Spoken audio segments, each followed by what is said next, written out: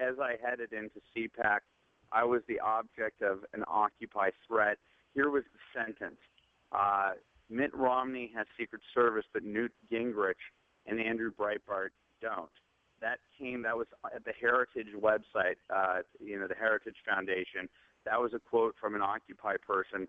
These are the type of threats that they state openly that the Brian Williams of the world and the Charlie Gibsons of the world and the Scott Pelley's of the world and the CNNs of the world ignore. And so we go into these things. If there were threats from the Tea Party against the Democrats in any way, shape, or form, it would be the number one news story for weeks on end. And for the last few years and going into last week, we go to these places under the threat of violence, explicit threats of violence. The media doesn't protect us, so we're forced to hire bodyguards. And I had 3 Navy SEALs with me most of the time that I was there. Andrew, I also want to say something. There's a video up, and the left's been trying to make fun of it, but I got to tell you, I was very proud of what you did. I think you went out and confronted these guys. And look, the reality is there have been, I think, several dozen, and maybe I'm overcounting, but I think there's been 20-some rapes, at documented rapes, right, by people from Occupy at these Occupy things. And I think you went out and called these guys out about what they should do for their behavior. And I mean, I think it's a. I think I'd like to interject. Go ahead, I'd like Brandon. to interject. I want to tell you, several years ago in 2007, when I decided to leave the left, and they wouldn't really let me go, and so I decided that I would take them on and challenge them, and I began to work with the FBI to stop some of their plots, including the RNC bomb plot of '08. I couldn't have asked for guys like Bossy and you and Breitbart to join together and really begin to headline this fight against these radicals and expose them for what they're doing. So I know that Andrew is getting a lot of grief over going out there and calling them out for their rapes, but that's exactly what they're doing. They're violent people. They're dangerous to our country. They're dangerous to our way of life and to our Constitution.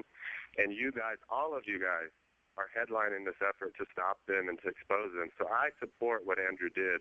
There's no way to be nice. It's wrong to be nice to people who are part of a movement responsible. No. I want to say, but Andrew, my guess are. What you're missing here is that they've selectively edited the context of me confronting them by screaming, "Behave yourselves." Here's what happened.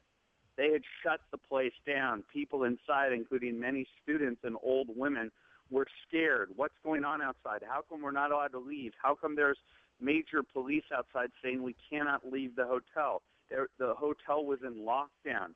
I said to my security guys, I want to go out there. You need to find a door that will allow for me to confront these people and to start, get a video narrative of who these people are. Let people know that they were trespassing. They walked up the driveway of CPAC. It's probably a quarter of a mile driveway from the bottom. It's private property. They got up there. They start chanting these intimidating chants, and they look menacing and threatening, as they're supposed to do. They want to scare people. They did scare people. That is selectively edited. The left and the people out there who are saying Breitbart lost it at CPAC, the context is that these people are trying to scare and intimidate people, and nobody will put that. So these people are selectively editing out the context. I am very happy that I confronted these people because I've said time and again, I'm not afraid of you. And I'm trying to teach people that are conservatives. I used to be liberal like Brandon. I think this is why we're so effective, is because we know how nasty these people are, and those nice old ladies and those nice students who come from nice conservative households don't understand the darkness in the heart of these radicals. These people believe in revolution.